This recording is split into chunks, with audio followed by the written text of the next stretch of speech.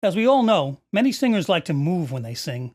They get into the music and start to tap, sway, bob their heads, and dance around.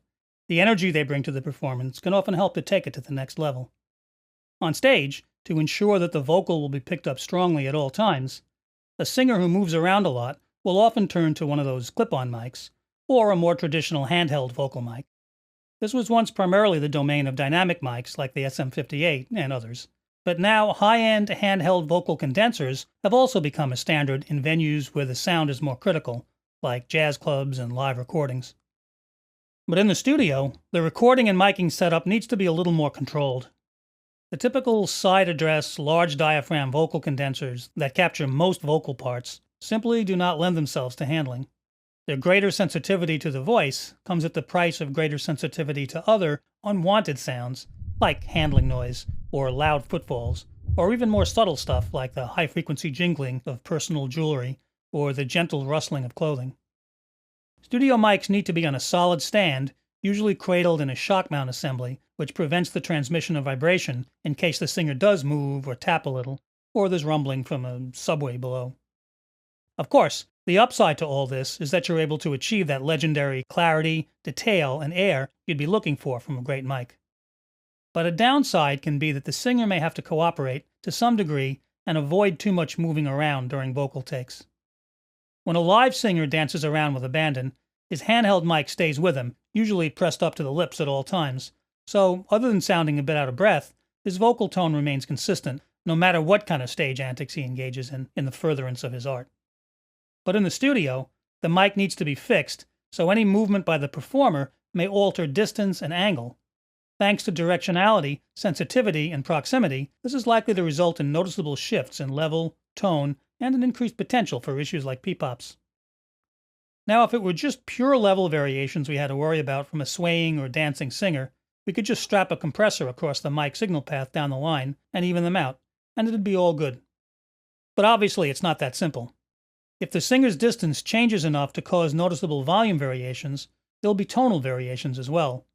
Thanks to the proximity effect, the voice may vacillate between a thinner and a bassier quality, not in the way a live vocalist might try to work the mic for an occasionally more intimate sound, but seemingly more random based on the singer's movements and not their vocal interpretation.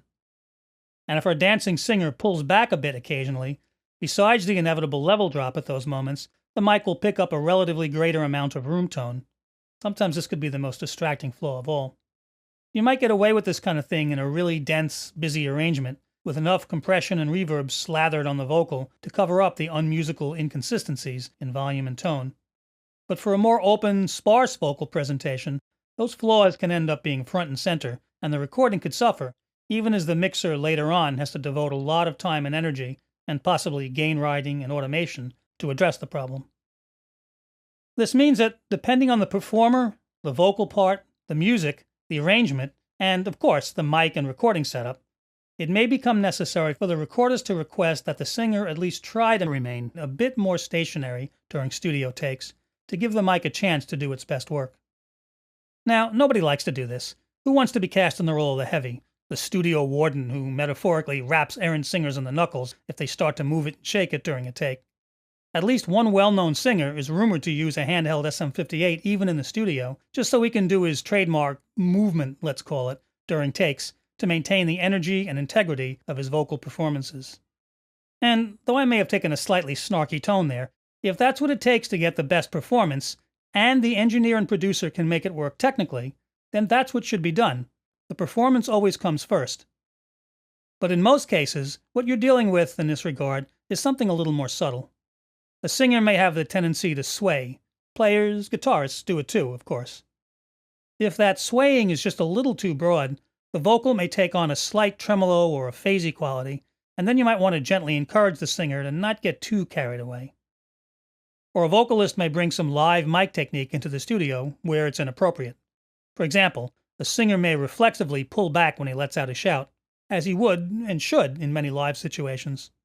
But in the studio, if he's set up at the proper distance from the mic, that gesture may be likely to cause an undesirable timbral change in the voice. If you ask the singer to stay on mic even for those loud phrases, it might be hard for him not to instinctively hold back when he hears those sudden level jumps coming back at him in his headphones.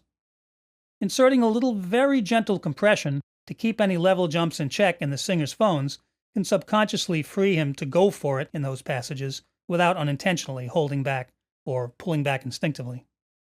But making a performer aware of something he or she may be doing instinctively and unconsciously can be treading a fine line. You don't want to make them self-conscious enough about that secondary aspect of their performance that the overall performance starts to suffer. Maybe starts to sound too tentative or hesitant, or like they're holding back vocally when they should be letting loose. This is where studio politics come into play. You need to try to get them to come around without taking all the fun out of it for them.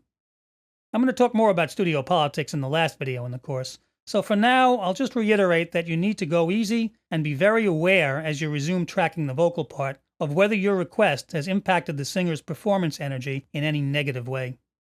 Now, if you can't get a performer to settle down enough for a clean, consistent vocal sound without losing the more important energy and vibe of the part, you may simply have to minimize the level and tone variations by backing the singer off the mic a bit more than you'd usually do, or even a bit more than you might think is ideal for that particular recording space. With the singer at a slightly greater distance from the mic, naturally, any variations from any movement will be less pronounced. The trade-off may be a more distant vocal tone, or the possible intrusion of a little too much room tone or leakage from outside sources. Choosing that solution to the dancing singer problem may necessitate a little additional rearrangement of the recording environment, maybe adding some more baffles around the singer and mic, or, when the option is available, adjusting any studio sound treatments to accommodate the greater mic distance. Whatever approach you end up using, either gently cajoling the singer into a more consistent mic position, or accommodating his inability to deliver under that more restrictive condition, somebody, recordist, engineer, producer, has to keep an extra ear open for any droop in energy on the part of the performer following the request or change in setup. As long as the musicality of the part is achieved, whatever approach works is fine, and if you do need to compromise somewhere, then it should be on the technical side, as long as you're confident any resulting flaws can eventually be addressed successfully later on. Next up, I'll move on to more general issues and mistakes that can happen in a vocal session.